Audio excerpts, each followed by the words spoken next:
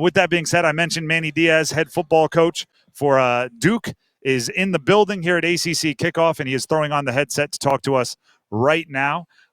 Manny, can you hear me? Are you good? All right. You can go ahead and grab a seat if you're more comfortable. Stand up, whatever's up for you. How does it feel to be back at ACC Kickoff as a head coach? Feels great. Is it how you remembered it? Yeah. There's a few more mannequins in the hallway dressed up in uniforms. It's exciting. It's a league. A lot of familiar faces for me. A lot of people that I know in this league. 6 years at Miami, 6 years at NC State, 3 years at FSU. So getting on 15 years of being in this league. So there's definitely a sense of familiarity, and I'm proud and honored to be back here as a head football coach for Duke. Do you have maybe any of those three teams circled on the schedule, the ones that you used to? You know, I know November 2nd, you have Miami. Is that one circled for you? I saw the league was kind of to put all of my old schools on the schedule, including a couple of former bosses. But, you know, it's funny. We've had a saying forever and ever and ever is that on game day, the opponent's always nameless and faceless. And I know that sounds like coach speak, but it really is. You're playing against yourself. You just are. You're playing against what you're capable of and what you're doing. And once you start making the opponent something more than what it is, it's important that we talk to our guys as staff as we're going through training camp, that we're teaching you techniques and skills that no matter who we play, if we do this, we will be successful. Therefore, if all of a sudden we get to a game week and we're saying we're playing this team, they're not that good. Oh, wait, do I not need to? We're playing this team, they're great. And all of a sudden, I've got a history with this team, a little extra this week. Yeah. So what you're saying, if it's a little extra this week, then what happens the following week? Is it a little bit less? You know what I mean? Mm-hmm. Every week, it's so hard to win in this league. The games are always so close. So every week demands everything you have. And so that will be the battle cry no matter who we are and where we're playing. Manny Diaz, Duke football coach, connecting with us at ACC Kickoff. If the games are that close, oftentimes comes down to a 2-minute drive led by the quarterback, the man on the team. You brought a couple of them here to ACC Kickoff with you, in Grayson Loftus and Malik Murphy.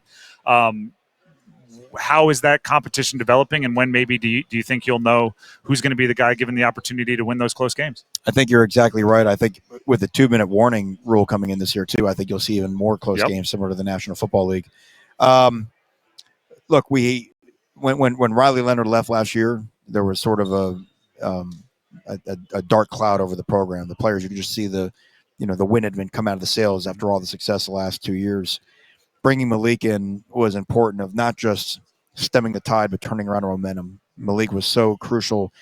Forget the people on the outside, inside our locker room, to realize, like, wait a minute, we don't have to take a step backwards this year.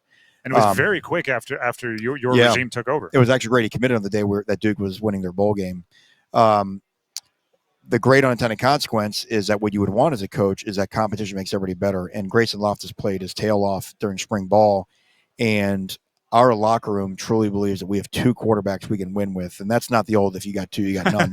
No, we have two guys you can win with. Now the question going into training camp is, who can we beat everybody with? Or also, who makes too many mistakes that we could lose to anybody with them playing? And that'll be really the challenge.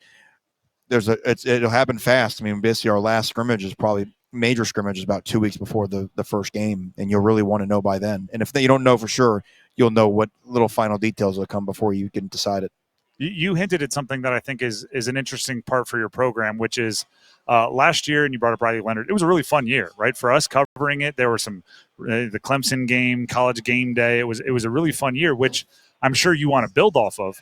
But then also taking over a program, it's almost a fresh start. You want things done your way. How do you balance those two kind of opposite feelings that are going to lead into this season? Well, the first key was retaining David Feely in the weight room. That was the whole key. That was the whole key for me coming. That's a key for our players. And to the essence of your question is, every coach could talk to you here this week, and they're all going to talk about establishing our culture and culture. Well, when you have David Feely in your weight room, the culture's already established. Culture is a fancy word that just means, like, what are we willing to do for one another? Mm-hmm. Well, in our strength program, the guy won Strength Coach of the Year. It's not just about pushing weights. It's about how they run, how they grind, the discipline they have, the leadership skills that they're forced to use on each other. That is the culture. So I think our players took a lot of comfort from the fact that they already knew what to expect coming back. I took a lot of comfort knowing that no matter where I was, this summer, I knew David Philly was getting our guys ready to go into an ACC season. I've always said that the strength coach is the only person that's never surprised by a breakout, right? There's somebody has a big season and everyone else is like, where did this come from? The strength coach is like, well, most of it came in, June, That's right? That's exactly right. So if he's tipping you off, who's due for a breakout? Who's showing up in the off season that we're all going to be absolutely flabbergasted by that you guys will know is coming. Trying to pick names that maybe aren't as obvious. Mm-hmm. It requires more of those things. They're like popular breakout, right? The guys like that. I mean, obviously we expect huge years out of Jaquez and all of our wide receivers. I'll mention a guy that because David Feely just went through yesterday with our staff. Went through every player one by one, just kind of every little detail of what they did in the summertime, where they PR'd, everything. And VJ Anthony at defensive end is a guy that mentioned is training at a whole different level of anything he's ever done at a position where all that matters. And defensive end in this scheme, we had a first rounder and a second rounder at Penn State last year. You get a lot of chance to make plays at defensive ends in the scheme. So I think VJ and Wes Williams are very excited about what they can do at defensive ends. Luckily, we got the depth of guys like Ryan Smith and Michael Reese, behind him to back him up. So I think they have a chance. Not a lot of fans probably know about Kendi Charles coming from Liberty at D tackle. I think he'll be a really important player for us on that side of the ball. We had a linebacker named Alex Howard who started at Youngstown State, went to A&M for the spring and came here. Same thing. So there are some guys that probably names that fans are not as familiar with. Another name that fans may be familiar with that I just think is poised to do something really insane this year is Nicky Dalmolin at tight end.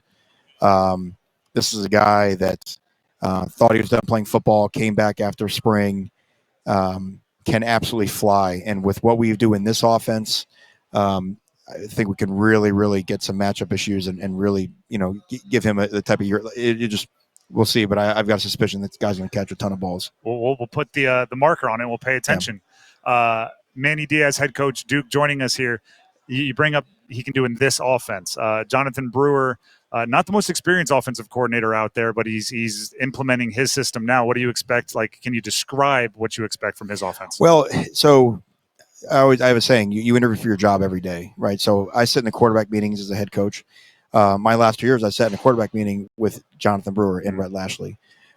So I know how he thinks, how intelligent he is, his ability to portray information to the players, and watching the success we had on offense in 2020 and 2021 at Miami, including when your starting quarterback goes down week 4 or 5 and you got to bring in a redshirt freshman that ends up tearing up and being ACC Freshman of the Year.